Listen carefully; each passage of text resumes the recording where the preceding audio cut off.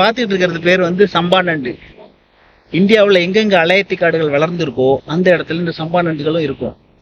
1 kilo சம்பா நண்டோட விலை கிட்டத்தட்ட 2500 ரூபாயிலிருந்து 3000 ரூபாய் வரைக்கும்.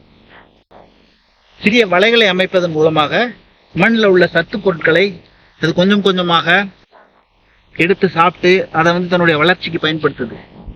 இது பாருங்க, இது ரூட். இதுதான் மேங்க்ரோவ் அலையத்தி காடுகள் என்று சொல்லக்கூடிய காடுகளுடைய வேர் பகுதி. இதுக்கு தேவையான ஆக்சிஜன் அதிகப்படியாக கிடைக்கணும் அப்படின்னா, தேவையான அளவுக்கு இதுக்கு ஆக்சிஜன் கிடைக்கணும்னா மண் வளமான மண்ணா இருக்கணும்.